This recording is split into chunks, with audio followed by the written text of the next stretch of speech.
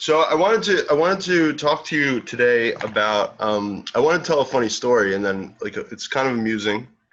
So a couple of years back, I was dating this woman who one day decided that she wanted to read my palm, right?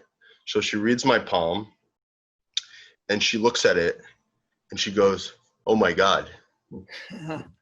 Right? So we've been dating a while now, and she goes, "This is like maybe 3 or 4 years back," and she goes, "Oh my God, you need to open up your heart." You're not your heart is completely closed to love. And I'm like, what are you talking about? And I asked her a very simple question. I go, so how do you, first of all, how do you see that? And she gave me some answer. And I said, when did you learn how to read palms? And she said, oh, I read a couple books on palm reading. so so I thought I was like, oh, so you read a couple books, so you know about my whole. But then what was interesting about that is that I went into this complete space where I started reading a lot about heart openings, and I read the Bhakti Sutras, and I studied those, and I tried to expand, because here I am thinking I'm deficient in love and heart opening, so. And so it went from a place from I need to get more conscious of my heart because I want it for purpose of romance to a place which was an interesting start. So how do I open my heart for? And then I go into a place, then I start realizing it's just about heart opening in general, right? Mm-hmm. So I guess I was wondering if we could just talk about what it means to open the heart and go from that perspective. Sure. So I think first of all, like, what do we even mean by the heart?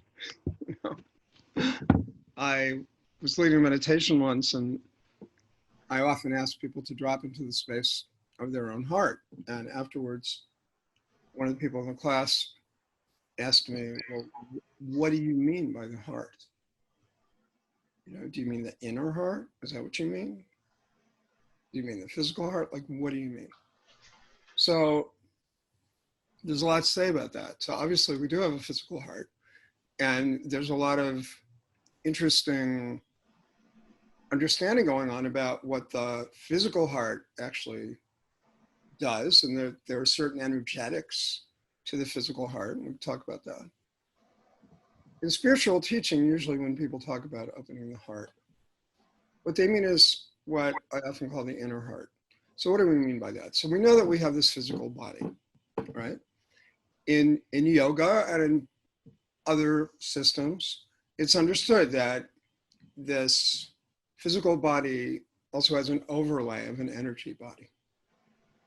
So it's understood that our emotions, our thoughts sort of exist in the energy body.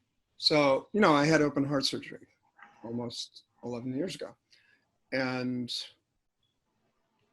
I know that when they looked into my heart, I know they didn't see the love, they didn't see the compassion.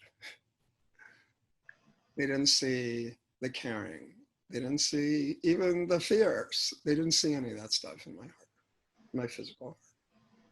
Which is not to say that it's not there.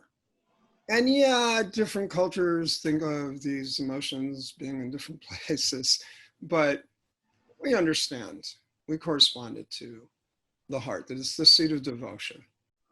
It's the seat of love. And there's a whole spiritual science devoted to, these different energy points in the body, whether you call them chakras or whether you call them something else, centers, it doesn't really matter. So there's a heart center, there's a heart space. And what does that mean that it's open or blocked or sort of open, not fully open, like the door is ajar, the door is open. There's this great literary story. It may seem like a digression, but Samuel Beckett, the great playwright and writer, was not the world's most optimistic person. But he was also, profoundly poetic. He's the guy who wrote, "I Can't Go On, I'll Go On." which I think is a real touchstone for our age. So in one of his plays, there's a stage direction that the door should be imperceptibly ajar. And so in the production, the director told the stage manager to leave the door open a tiny bit. And Beckett said, no, the door should be closed.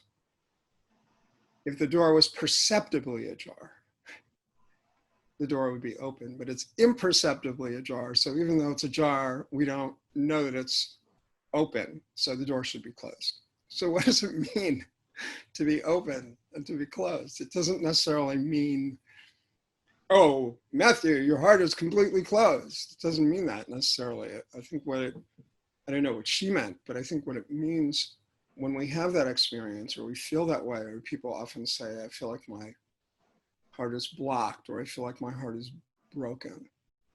I think what we're saying is that we don't have access to our emotional nature, and that whether that is blocked through life experience, or I don't necessarily think that it's constitutional that people are born that way, but maybe they are.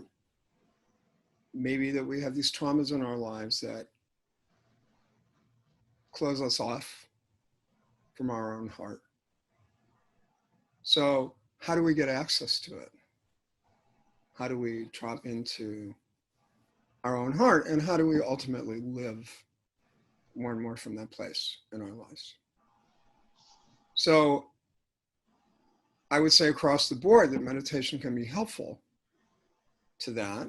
And then there are specific meditations that I think of as heart-based meditations, like compassion, loving kindness, gratitude, forgiveness, that really take our awareness and settle our awareness onto these emotional states, onto these qualities. So that they're not just qualities, but they're also actions that we can take in the world. So it doesn't mean you necessarily have to close your eyes and sit on a mat and intend for compassion to be sent to people. I mean, certainly you can do that, and there are meditations designed to do that. But you could also be nice to someone. You could also be nice to yourself. That's heart opening. So there's this really interesting research by a group called Heartmath. They have these sort of biofeedback machines. I think that's probably what they would call it, this equipment. And what the equipment does is it measures something called our heart rate variability. So what does that mean? It's just our pattern of our heart rates, right? So we tend to think of our heart rate as being something that is, my heart rate is X, it's a number. We think of it as monolithic, but in fact, it's not. We have these patterns of our heart rates. So this is kind of where the physical heart meets the, whatever you want to call it, the emotional heart, the inner heart. So what they've noticed is that when we're in an agitated state, our heart rate patterns look very jagged. That's what they look like on an EKG. When we're in a calmer state, in a more relaxed state, they look a little more smooth. But the smoothest state, what they call coherence, meaning it's the optimal pattern of your heart rates, that's when we're in a state of appreciation, we're in a state of gratitude. So if you want to get into your heart, think of or focus on those things that you're grateful for in your life, big or small. And so often when I'm working with people, particularly when I'm working with people individually, and people feel stuck, or people feel agitated, or people feel like they can't let go of a traumatic experience, or I'm so angry at that person, I can never let go of that. It's like, well, okay, I accept that. That's fair. And what are you grateful for in your life, in the world, at this moment, at any moment? So some people keep a gratitude journal. I think of it as a gratitude inventory. So yeah, so some people say, well, every night I write down 3 things that I'm grateful for before I go to bed. And they're always the same 3 things. And I say, well, how about if you write 3 different things? So tonight I'm going to write these 3 things. And tomorrow I'm going to write 3 other things. And it could be you're grateful that there's music in the world. You could be grateful to have your health. You could be grateful for any kind of thing, So it puts us in our heart, but also it changes these patterns of our heart rate. It makes them optimal. So there's a connection between what we call the physical heart and the inner heart. That this heart in our bodies is not just plumbing. It is that, certainly, but it's not just that. It's also a bridge between the way we feel and our body, our health, how we live in the world. And it's multi-directional. So if you do something nice for somebody, you might feel uplifted by that. You also might feel resentful. So that doesn't put you in your heart. Oh, I gave that guy $20 that I couldn't afford, and now I'm resentful for doing that. Well, then the thing to do in that moment is to be compassionate toward yourself. Well, in the moment, I felt like I wanted to help that person. And so, I'm a good person. Cut yourself a little slack. So I think it's an interesting question. And I think it's an ongoing activity of how do we live more and more from the space of our own heart. And I think when people talk about opening the heart, I think that's what we're talking about. How do we experience that? How do we get in touch with that love, with that joy? It's not just love. It's joy. It's gratitude. How do we get in touch with any authentic feelings? I have an issue with our calling fear and anger negative emotions. They're not necessarily negative. I mean, they're negative if they're out of control and they feel harmful to us and others. We experience them as negative. But if you're smelling smoke and your body starts reacting with a fear response, that could be life-saving. That could be a good thing. If someone did something to harm you and you feel angry about that, that might be a corridor for you to get toward taking better care of yourself in your relationships so that people don't take advantage of you. So I think we have to be very careful about sort of not putting a happy face where it doesn't belong. Sometimes things are not great. So I've been saying to people lately, you're fearful? Yeah, the world's a scary place. Of course you're fearful. It's appropriate to be fearful. Now, do you want that fear to over-determine your experience of everything else in your life? No. You want to find the joy still, even in the midst of the fear, in the midst of the uncertainty. Where's the joy? Where's the gratitude? What can you be grateful for? What can you be hopeful about? Can you find that? So I think that's the practice that I would do. And yeah, sending compassion to people, I'm sending kindness, loving kindness, friendship, whatever you want to call it, to people, feeling grateful. I think those are all important things to do, but I think we also, it works in either direction. We also need to cut ourselves slack. So sometimes that's the place to start. And I think if we start internalizing, oh, my heart is closed. Self-fulfilling prophecy. There's something wrong with me. I have a closed heart. I need to sort of re-spiritualize myself. How can I be a spiritual person if I have a closed heart? How can I be a loving person? It's like, well, open your heart. Like, you don't need open heart surgery to open your heart. It could be a tiny little thing. It's a shift of focus. Okay, at this moment, I'm feeling shut down. I'm actually not feeling shut down at this moment, but we all feel shut down some of the time. So in that moment, if we can, that's why we say awareness is the most important quality to cultivate. In that moment, I'm aware, I'm feeling stuck, I'm feeling shut down. Is there one thing I can do or feel or shift into in that moment? Can I be grateful for one person or one thing or one event? Can I do that? Can I find joy somewhere, anywhere? And I would say, I don't care. I don't care what it is. But here's the caveat. Here's the warning. When we think that joy is in the chocolate or the friend or the music or the run or whatever it is, when we think that that's where it's coming from, that's when we're in trouble, because it's coming from inside. All that stimulus is doing is putting us within our own self, within our own heart. That's where your heart is. So if somebody tells you your heart is blocked and you're drinking lemonade and you're enjoying it, well, your heart isn't blocked. Your heart is open. How do you keep your heart being more open?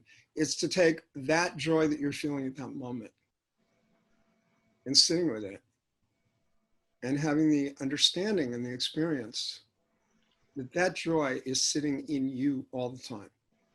And the only thing that's pulling it up at this moment is whatever that external stimulus is. So it could be a sunset that makes you feel peaceful and joyous. But the joy isn't in the sunset. The peace is not in the sunset. It's in you. And I think that's one of the things that we learn on the spiritual path, is that all of those qualities are within ourselves. And so, yeah, we think of them as being in the heart.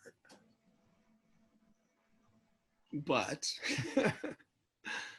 they're in us, wherever they are. If they're in our heart, if they're in a molecule that's moving through our nervous system somewhere, if we can encode it cellularly in that way, fine. But it's within ourselves. It's within us. And that's what all spiritual teaching tells us, is that all of that is in us. And it's in there. So if we're feeling blocked, it just means we don't have the access. And you get in any way you can. If you can't get in through the front door, go in through a window. Right. Go in through, climb the roof and Down the chimney. Come down the chimney. Yeah. So let me take an extreme example, right? So it's really about agency. Then it's about only understanding self and being awareness of self and having the agency within himself. Because a lot of what you're saying is, in a certain sense, is that you're looking at there's compassion towards others, right? But there's also compassion towards self and being kind towards yourself for the situation that you're actually in, right? Because in every situation you could potentially find the positives or the opportunity. Let's not say positives, because I'm going to use an example that's not going to give us positive reasons, but you can find the opportunity where you still control your own self, in that sense that you control, that your mind is still in a good place. Because Primo Levi, right? He was a concentration camp, and he talks about the horrors of the concentration camp, but he also talks about how you could take the horrors for what they were, and people would in their own lives in the camps, or you could accept the opportunities that you control. At the very end of the day, you control your own position, right? You control your own thoughts. And to take another example, you have somebody who's at a birthday party, right? Modern, and they're crying because it's not perfect, right? The cake isn't what they wanted, right? Because at the same time, they're looking at, they don't see it for what it is, which is all their friends have just come together to have a great party for them, right? So I guess in both dichotomy, it's all about the way you see what is available? Yes. So first of all, I love the word agency. I think that's a great word for what we're talking about. There's this is not just a Sanskrit teaching. I think it's a universal teaching, but I know it from those traditions. The world is as you see it. So what does that mean? Because the world is the world, right? The world is as you see it. So if you see doom and gloom everywhere, that's going to be your experience. Now, there may be doom and gloom everywhere. There's a lot of doom and gloom out there right now. There's disease, there's panic, there's, economic upheavals. There's all kinds of stuff going on. And yeah, you see that because it's there. But can you also see hope? Can you also see the things that people are doing for one another? I think that's what's going on right now, is that we do see that there's a lot of hopeful and compassionate and loving activity going on in the midst of this doom and gloom. So like, what do you see? Do you see, oh, all my wonderful friends love me and they came together to celebrate my birthday? It's not my favorite cake, but so what? Or is that joy room for you because you go over there? Now, when I think about concentration camps and the horrors, and we know that, and we come from families that have lost people. I think of Viktor Frankl, who wrote about and taught to find meaning and purpose. I'm sorry, I meant Viktor Frankl. I said Primo Levi. Too many. Yeah. Oh, okay. yeah. Sorry, I meant Viktor Frankl. Yeah. Viktor Frankl, I think, comes out of it in a very different way than Primo Levi comes out of it. Right. So Viktor Frankl says, whatever's going on, can you find meaning? Can you find purpose? Can you find a way to help someone? Can you find a way to help yourself? Can you find a way to be hopeful? Can you find a way to be kind? So, I mean, those are not direct quotes, but meaning and purpose are the essence. So you could say, if you're talking about agency, it's like, okay, so am I going to settle my mind in the direction, my emotions, my hope in the direction of something that is nourishing, that is meaningful, that is purposeful, that could have a beneficial outcome for me and others, or for others and me. However, wherever you put yourself, it doesn't really matter. Some people say it does, and it's fine. Or am I just going to throw in the towel? Am I just going to be miserable until this is over? And I think what you're saying, and I think what spiritual wisdom is saying, is we do have a choice of where we put our intention, of where we put our understanding, of where we put our thoughts. And so when the Upanishad says, your thoughts can lead you, your mind can lead you to liberation or to suffering. Or when Rabbi Nachman of Breslov says, you are where your thoughts are. So make sure your thoughts are where you want to be. So if you want to be feeling sorry for yourself, you get to do that. If you want to be saying, this is really hard, what can I find to make my experience of this more meaningful or better? How can I find meaning in this? And often I think it's through connection with others. I think that's what we learn. So if we feel that our heart is blocked, if we feel cut off, how can we connect with ourselves and with others? Even a little. See, I feel very strongly. I'm not a physicist, and I'm sure that physicists would tell me that I don't really understand quantum mechanics, and I probably don't in a certain way. But what I do understand, because it's not only physics, it's also spiritual teaching, that we live in a quantum universe. So, you know, I think most people have discovered this. When you want something, if you light a, you know, if you rub the sticks together over here, the fire light's over there. You know, you do all those things you need to do. We had this experience once looking for an apartment, which is the apartment that we've lived in for 40 years. We talked to everyone we knew and we did everything we could. And we looked at it. In those days, there were ads in the newspapers and we did all those things. And then one day we were sitting at this meditation center having a cup of chai with a friend. And we said, oh, we're looking for an apartment. She said, do you know that my husband rents out apartments? Now, it felt to us that if we hadn't done all those other things, it might not have fallen from the sky. And maybe it would have. One doesn't know.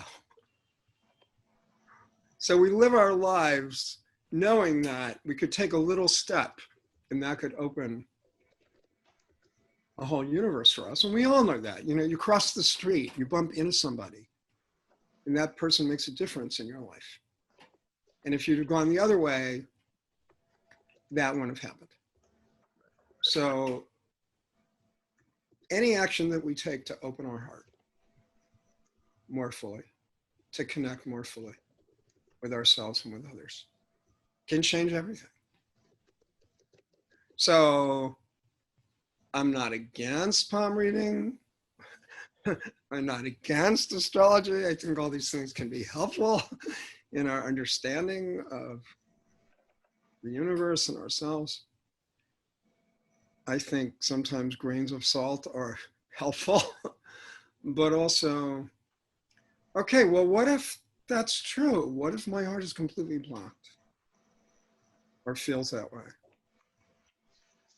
Is there one little thing I can do? And what I'm saying is that's the key to open up your heart, that one little thing, whatever that is. Make a phone call, send a text, eat chocolate. Right. I mean, whatever it is, get in touch with your joy. But I think even more so, connecting with your gratitude, I think we know will connect us with others. And what I'm trying to do more and more is when I think of that, you know, have I talked to you about my I love you practice? No. So during this period of time, I've decided that one of my spiritual practices is to reach out to somebody that I care about and just reach out to that person in a way that feels possible and appropriate, to tell that person that I love them. Because that puts me in my heart. So if I'm thinking about somebody and I go, you know, I haven't heard from that person, reach out, connect. And it may be that simple. Hi, I'm thinking about you. And I've been doing that more and more. And I find, especially in this period where most of us aren't seeing a lot of people up close, that it's a great thing to do. And also, it's really nice for people to know that you're thinking about them. I was just thinking about you and I want to know how you're doing. You know, it's that simple. If that doesn't put you in your heart, I don't know what will. So in a certain sense, one way is to get out of yourself, is what you're saying, because it's the connection and being in front of other people, or having that connection with other people, and being connected is a major part of just giving. I mean, I guess just being available for others is a major part of being available to others, is in a certain sense a way to open your heart. Is it? Yeah. Absolutely. Someone shared a quote with me, and I don't remember the exact quote or where it came from, but the gist of it is that it's not that you think less of yourself, it's that you think of yourself less. You know, It's not me, whether it's poor me or the only person that exists in the universe and everybody else, well, tough on them. But it's just that simple, I think. I think most of these teachings are very simple. Connect with somebody. You want to be in your heart, connect. Because I noticed for myself that when I'm out of my own head, right? If I'm in my own head, forget it. It's all about me, right? And it could be anything. I got to go to the post office. I got to go and it's like, oh, it's raining out. I got to go walk 3 blocks to the post office. There might be a line. The lady at the counter might yell at me. She doesn't want to be there either. It's like this whole process of going to the post office, and then usually I'll take the action and go, but if I'm thinking about the post office and the whole process of actually going to the post office, forget it. If you tell me, hey, by the way, it's your grandma's birthday, go give her a call. I'm thinking about the misery that it is of the post office, right? Rather than the chance that I got to give my grandma a call on her birthday because it's her birthday, and just be like, hey, how are you, grandma? And see how she's doing. And it's interesting that you've mentioned just the fact that by calling people that you just want to. So I've been doing that too a lot, and not necessarily all the time. Text is a very good tool nowadays, but like just to say how you doing, man, because I feel like everybody being in their own head they're in their own space and they're just kind of stuck in it. So the fact that you can kind of agitate or change where they're at, it just makes them feel good because they feel cared for and loved in the same way that they want to be. Everybody wants to be remembered in a certain sense. And by doing that action, I have to go out of my way in a certain sense to do that action. Well, part of what you're saying is you're actually getting out of your own way, because when we're in here, we're in our own way. There's a lot of different language people use for the post office story. It's your story, it's your narrative, it's your drama. One of my meditation students always called it the drama rama. Here's the drama rama. It's like, you just go to the post office, for God's sake. Why does that do such a big thing? And along the way to the post office, if you're in your head and it's like there's going to be a line, and I hope there's social distance in the post office and all of that stuff going on, like you might on your way to the post office walk by somebody who's like waving hello to you and not even see that person. Right. That's the point. Yeah. Because you're in the drama-rama. You're in your head. What we're calling in your head. And there's this great classical story about people in a village seeing the snake, and everybody's like freaking out, and it's kind of like the Chicken Little story, it's like the sky's falling. Well, the snake is going to bite everybody and all of that. And then it turns out somebody looks very carefully, and it's actually not a snake. It's a piece of rope. So we talk about seeing a snake in a rope. And that's these dramas that we create. So it's not even real. I'm going to the post office and I have this whole narrative created around going to the post office. And then I get to the post office and it could be completely not like that at all.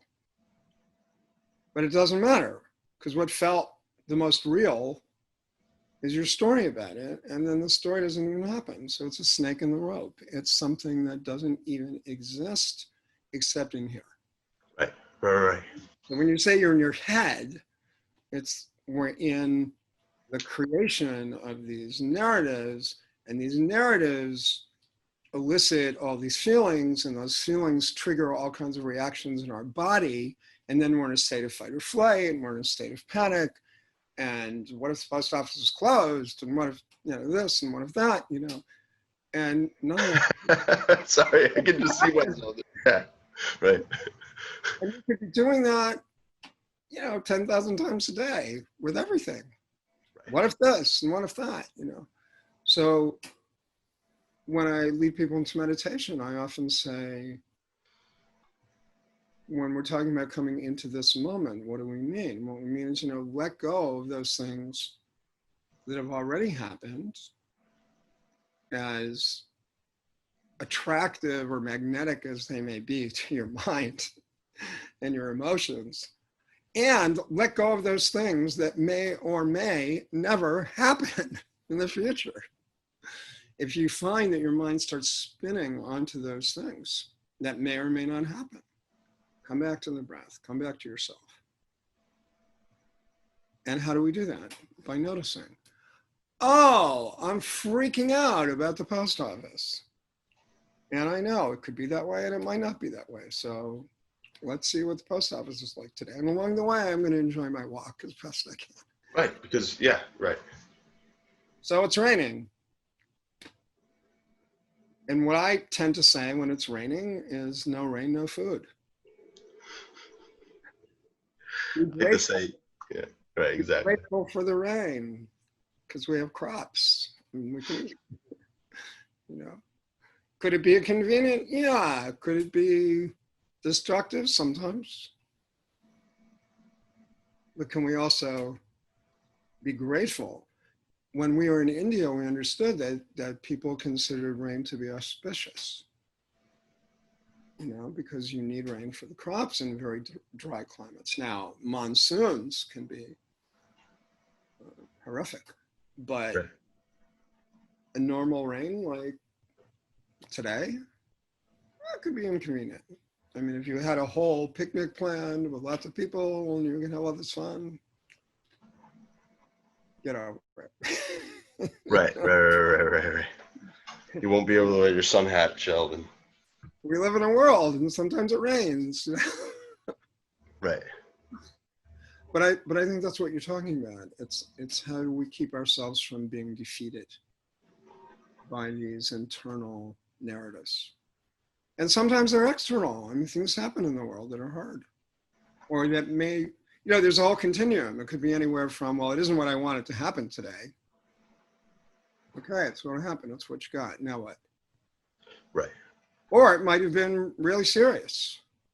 It might have been a loss. It might have been a tragedy. It might have been something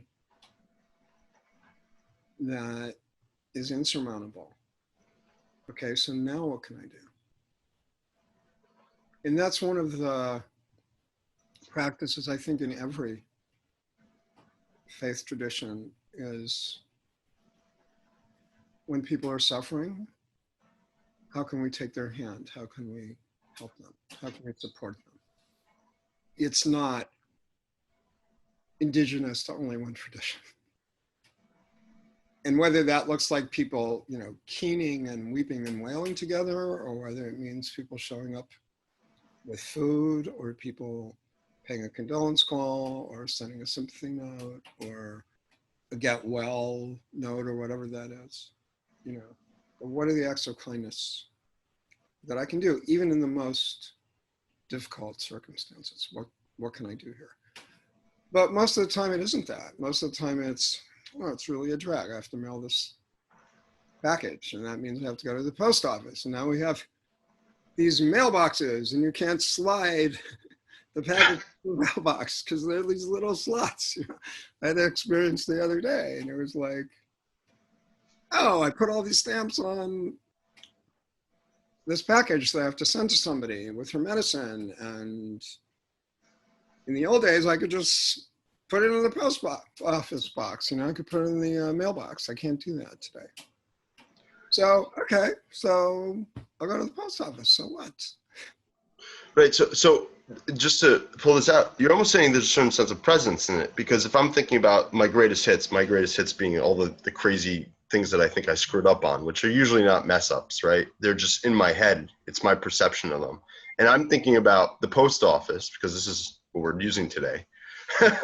And if I'm thinking about the past, my greatest hits, and I'm thinking about the post office, which is in the future, then I can't be here and actually be conscious in the presence to actually give the support and love, be available to others in a certain sense, because I'm neither here, I'm not present, I'm future tripping, and I'm also remembering stuff that might have occurred, like how I didn't do that essay correct in 10th grade or something like that, right? Right. And how that changed the basis of my entire reality because of something that I remember. And now I can't be present and be available to just say, hey man, how you doing? I love you, man. You know? Also, yes, and also to be available to yourself, to be able to say, you know, Matthew, that happened in 10th grade. Right. Forgive yourself for this. Yeah. And look at what you've done in the world since then.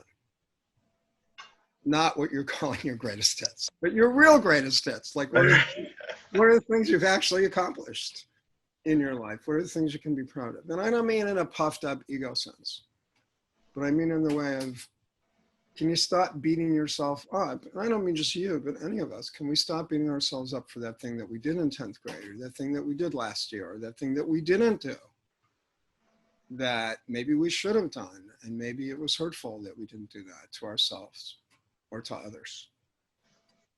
Can we let go of that and be present in this moment?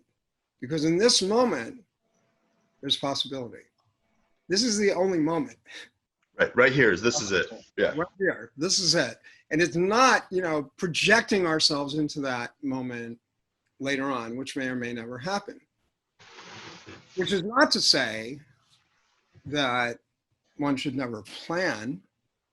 I'm not terribly good at it, but it doesn't mean we shouldn't say, okay, I'll talk to you tomorrow at 11:30. It doesn't mean we shouldn't say that. But what it does mean is, where are we? So what you're saying is, yeah, future tripping, past tripping. Can we be in this present? Can we be in this moment? And what do I have in this moment? So in this moment, what we have is each other. We're talking to each other. We're being together. And maybe in another moment, there's some other reality. There are other people. Or there's just me. And how can I be here in this moment? And if I don't feel good about what's going on in this moment, what can I do about that? How can I be with that? Is there something to do? And sometimes what there is to do, we're talking both about on the internal reality and the external reality. Sometimes what there is to do is to reach out to somebody. And sometimes what there is to do is to reach inside to our own gratitude, our own joy, our own love, our own strength. And generally, when we're in a place of love, in my experience, we want to share it and we connect. When we're in a place of, you know, blaming and shaming ourselves and others, then we get stuck there. So when we notice, aha, I'm doing that thing. This is my greatest hits. It's like, oh, okay. So you could shift into what are your real greatest hits, or you could just stop doing that in that moment. Right. And is it, yeah. We don't need to forever. I don't know if I'll never do that again, but in this moment, I can stop. And just going on, are there things that you can do to be more, I guess there's two parts. This one is self-aware in regard, because you have to be compassionate toward yourself. If you're always beating yourself up for something you did in 10th grade, let's say, you're never going to be able to. So is there a way of changing your perception in a certain sense so that you can be more at service to yourself in a certain way? Because that's really what it comes down to. If you can't take care of yourself, then how can you be available, right? I guess that's what I'm saying. But so to me, the key to change in that regard is always awareness. It's like, I'm noticing that this is what I'm doing right now. And then you're at a choice point. So I'm going to go down that road, or I'm going to go down another road, or am I going to create a new road? But if I'm stuck there, I'm not even aware that I'm doing it because it's such a habit. Right. So to me, that's one of the most profound reasons that we meditate, because it cultivates awareness. We're more alert. We're more aware. Oh, there it is again, that thing that I do to myself. Now I can choose. If I'm just doing it reflexively, if I'm just like beating myself up, like, you know, flagellating like that, then I'm stuck there. But if I kind of go, wait a minute, That's what I'm doing. You want to keep doing that? Well, really, I don't. So what else can I do? Now we have these habits, and habits create wiring in our nervous system, and they reinforce themselves, which is why it's challenging to change habits. So that's why I think we have to cultivate awareness.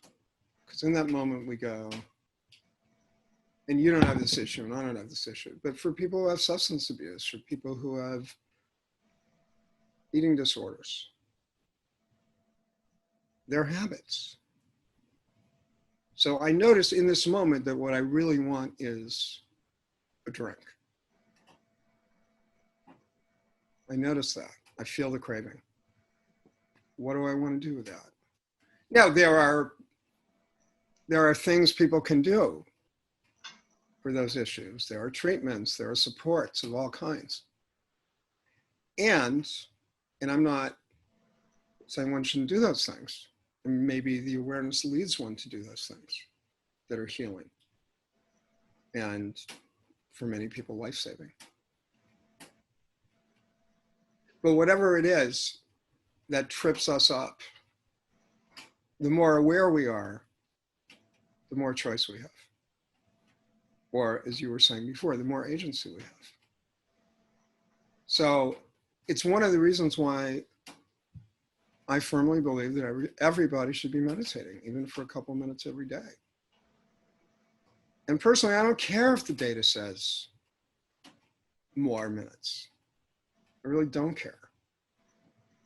Because the habit of doing it will both wire itself into our nervous system, but also it will give us more agency. It will make us more aware so that we're not just doing the things that we always do. We're not just having our knee-jerk reactions, whether it's, beating yourself up, or every time somebody says X, I get angry.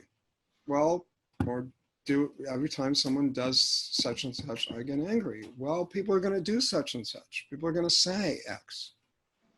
That's going to happen. So if I can be aware, and if I can create some kind of protocol for myself, it's like, oh, I just got handed my trigger. Now what do I do? But to notice, to be aware. So am I saying meditation is the only way to become aware? No, I'm not saying that, but it's a surefire way. It's a tool. It's definitely a tool. Yeah. To cultivate our awareness. And then when we do that, then we do become more aware of being able to make those choices that align with how we want to live our lives. How we want to live our lives, with whom we want to live our lives, where we want to live our lives, what we want to be doing, who we want to be doing it with, and all of that. Because we're more aware, not just going through the motions like, well, I did today what I did yesterday because that's what I did yesterday. Well, maybe today you want to do something different. Maybe doing something different would be beneficial. How do you do that? By noticing the impulse to do what you always do, which might be great. Then keep doing that.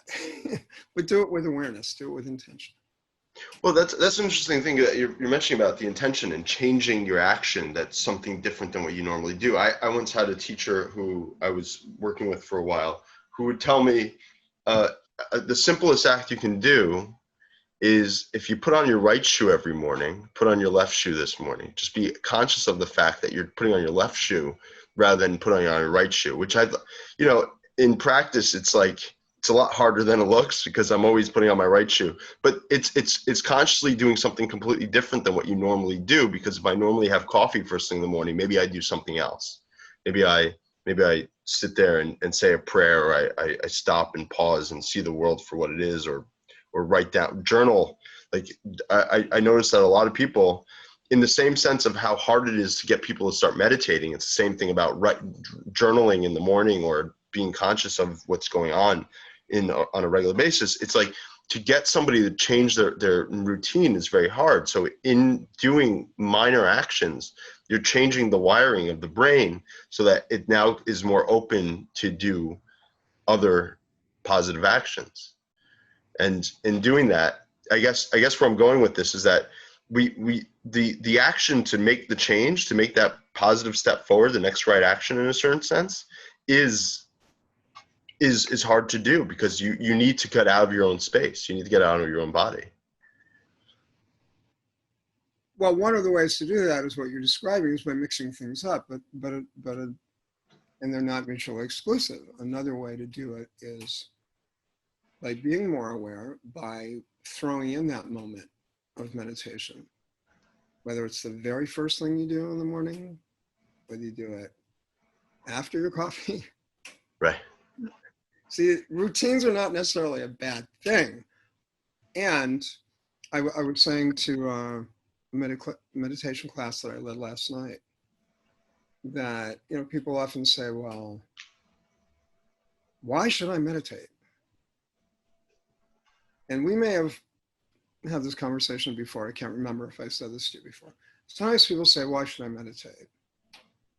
And I say, do you brush your teeth? And they say, of course I brush my teeth. And I say, well, that's a way that you care for yourself, and meditation would be another way. So you brush your teeth, you can brush your mind. The mind, the emotions, we pick up all this stuff, just like our teeth pick up all this junk. And we want to brush it out. Right. So if you say, I don't have 5 minutes, which sometimes people say, which is okay. It's hard to believe, but okay. How long does it take to brush your teeth? Can you take a moment to go inside for that long? And maybe a little bit longer, maybe a minute, maybe 2 minutes. Can we do that every day as a way of taking care of yourself? Now, is that the ultimate that I want people to experience, that yes, I'm taking care of myself? No, because there's so much more to gain through meditation. But how do you start? You start with that impulse. You start by doing that habit. People generally, when they wake up in the morning, they grab their toothbrush. They've been doing that since they were kids. So can we add another 2 minutes to that? As part of your self-care in the morning, you brush your teeth, you, whatever it is, take a shower, you wash your face, you wash your hands, whatever it is. If you can think of it that way, I mean, yes, some people are coming to meditation for a deep spiritual experience. And for those people who are saying, people tell me I should meditate, I'm kind of a nervous wreck and this and that. It's like, well, let's not even go there. Just meditate the way you brush your teeth as a way to care for you. And then we can move from there. And I think it's that simple, because it is self-care. It's spiritual hygiene. That's what it is.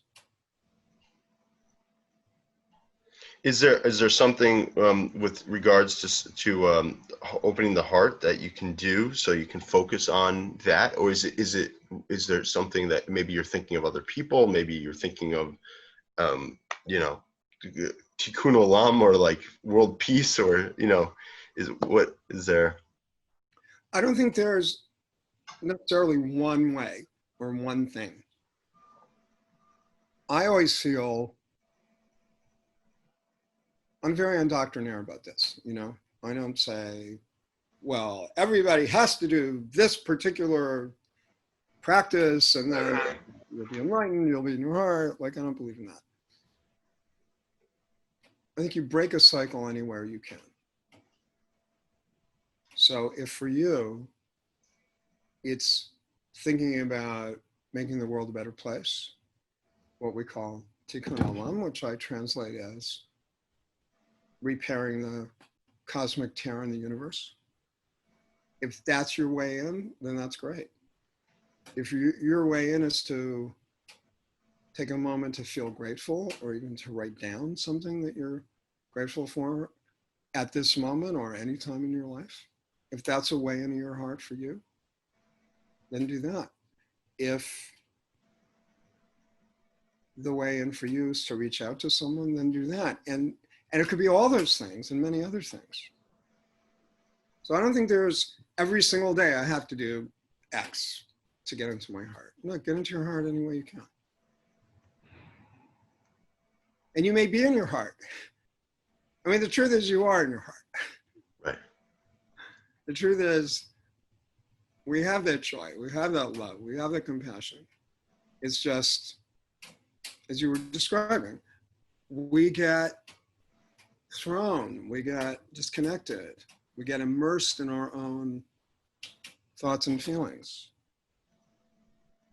So the way to get out into the heart is any way that you can, in this moment.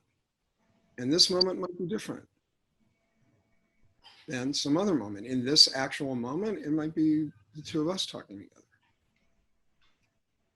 15 minutes later, it might be some other thing to do or way to be.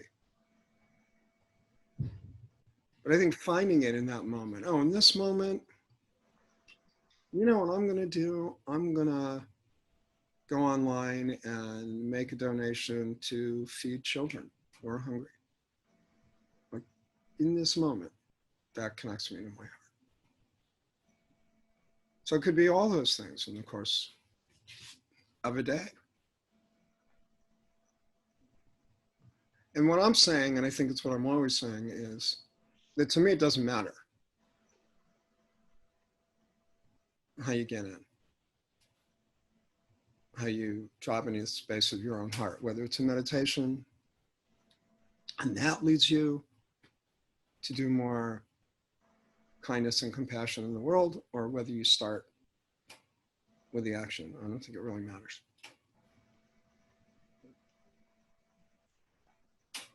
Okay. Can you would you mind leading like a 5-7 minute meditation on heart opening? Would I mind? No. Okay, so let's do one.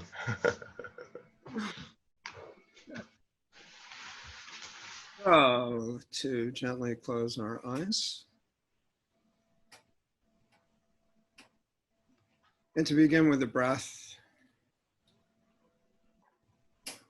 one of the nice things about the way we're constructed is that the lungs and the heart are very closely connected.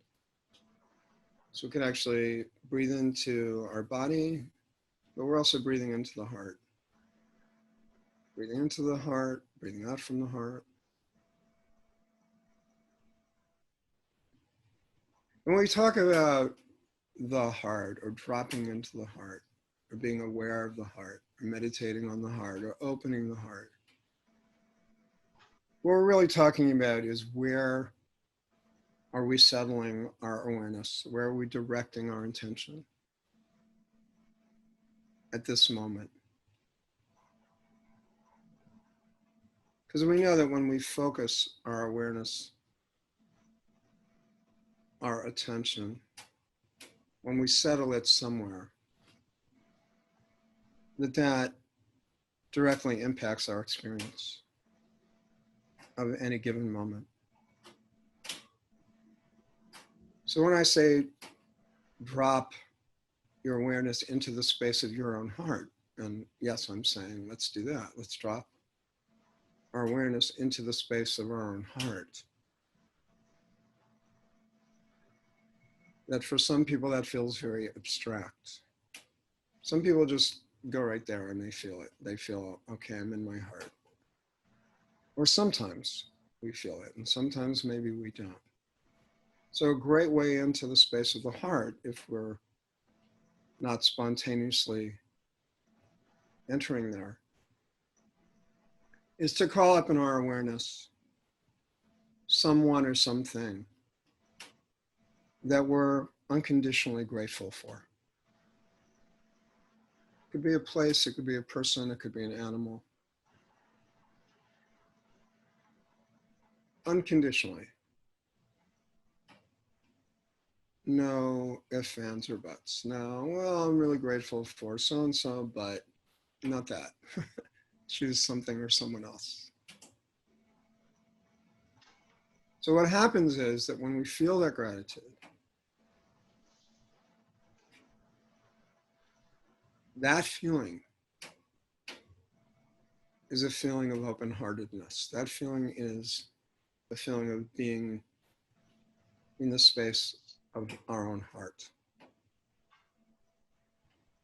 So once we feel that, we can let go of the image that brought us there, whether it was a place or person, experience, whatever it was. We can let go of that image and just stay with the feeling.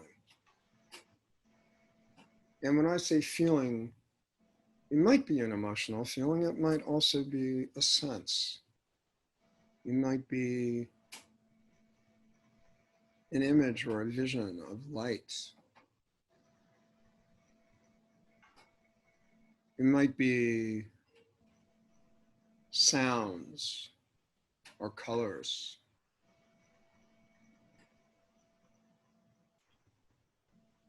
Or fragrances or tastes.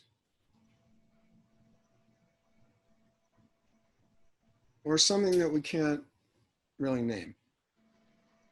But it feels like a sense of knowing that we're in that place of our own heart.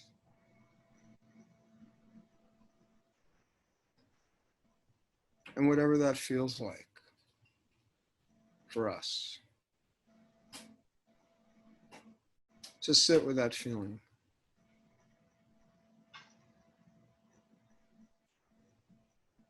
And that if judgments come up, if thoughts come up, if something that happened before comes up, or something that may or may not happen later comes up, just as we might resettle our awareness onto our breath, resettle your awareness back onto that feeling, that space of being in your own heart, whatever that feels like for you. And you can always refresh it by calling up the same image, another image, to reconnect with that. So you're feeling like your heart isn't there, like you're not there, you're somewhere else. Refresh that image, come back in to your own heart. A seed of love, of devotion, compassion, gratitude.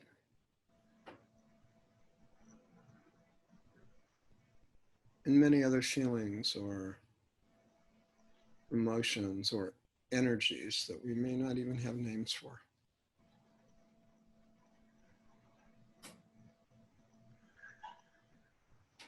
And we'll sit quietly for a few minutes and let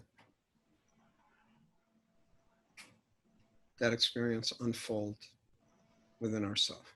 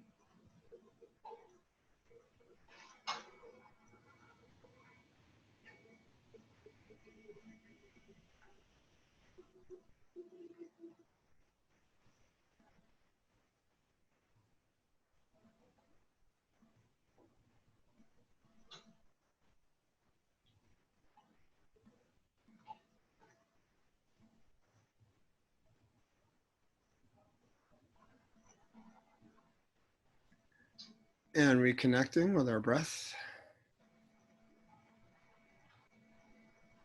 And if you like, you can take a deep breath in and let it out fully.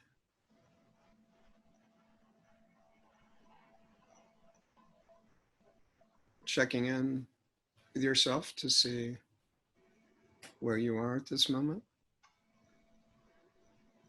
And when you're ready, opening your eyes and returning fully to this moment.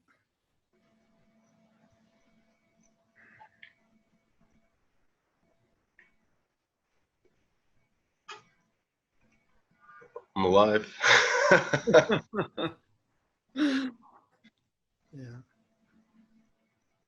Definitely when I connected with the person I love unconditionally, I just, that set me at ease. So that was, yeah. Yeah. It's a way in. In my experience, some people, you say drop into the space of your heart and they go right in. And for some people, it's like, what? What do you want me to do? Right. Yeah. So we make it accessible for people. And then that's the trick is, can you let go of that image of that person and just stay with that feeling that that person elicited? Because that feeling's in you. It's in your heart. It is your heart. You know, that's where you are. So that's great. It's great. Yeah. Anyway, have a great, thank you so much, Sheldon. This was fantastic. Thank you. And we'll do another one again soon. I have lots of topics to talk to you about, speak with you about. Right. And this was fantastic. Well, thank you. I enjoyed it. It was fun. All right, thank you. Yeah, be well. Take good care.